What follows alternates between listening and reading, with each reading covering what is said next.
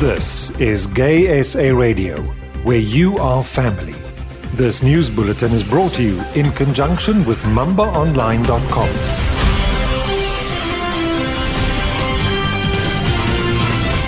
And in your news headlines at this hour, anti-LGBTI group slams Mother City's proud gay status.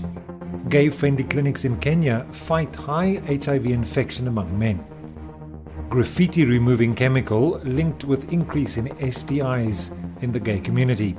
And students replace portrait of Shakespeare with that of a black lesbian poet.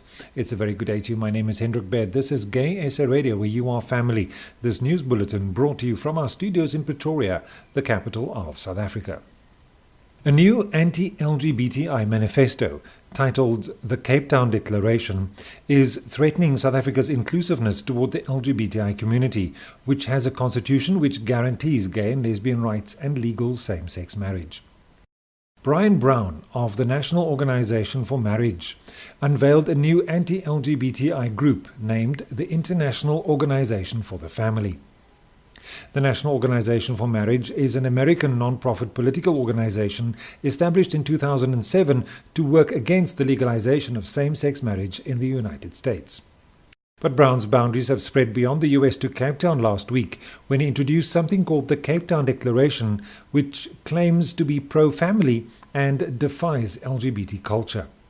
The document, which has been published online, states clearly that it only condones marriage between one straight man and one straight woman. Brown has caused outrage in the LGBTI community with claims that gay people are more likely to be abusive to their partners. Despite criminalization of same-sex acts, the Kenyan Health Ministry has partnered with community-based organizations to set up gay-friendly clinics where men who have sex with men, or MSMs, can get health services without fear of discrimination and judgment. The prevalence rate of Kenyan MSM was at 18.2% in 2015, almost 3 times that in the general population. Stigma and discrimination force most HIV-positive gay men not to seek health services. The ministry now also trains peer educators to follow up and ensure patients adhere to HIV treatment. Meanwhile, a graffiti-removing chemical is being linked with a sharp increase in STIs in the gay community in Ireland. Gamma hydroxybutyrate, or GHB, is normally used in industrial strength cleaners.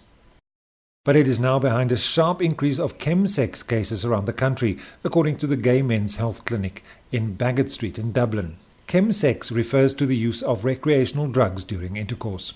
And it is behind an increase in the number of cases of HIV, syphilis and gonorrhea among young men. A study carried out by the Baggot Street Clinic found 1 in 4 attendees had used illegal drugs to have chemsex in the last year. A survey of over 500 men found GHB was the most common drug used, followed by methadone, cocaine, ketamine, and crystal meth. And finally, a portrait of William Shakespeare that hung at the University of Pennsylvania has been replaced with one of a famed black lesbian poet. The students removed the iconic image of Shakespeare, which had been hung at the entrance to the university's English department. It was replaced with a portrait of Audre Lorde, a 20th century black feminist lesbian poet. It comes after the department voted years ago to replace the portrait in order to represent a more diverse range of writers. But according to the Daily Pennsylvanian, the students had taken the matter into their own hands after the painting remained. Lorde, who was an African American, was a famed writer, feminist, womanist, lesbian, and civil rights activist. She expressed anger and outrage at civil and social injustices she observed throughout her life in her work. That brings us to the end of this news bulletin. You can read it on our website, gaysaradio.co.za. You can also listen to it on our YouTube channel, GaySA Radio. And you can also read these and other stories on mambaonline.com.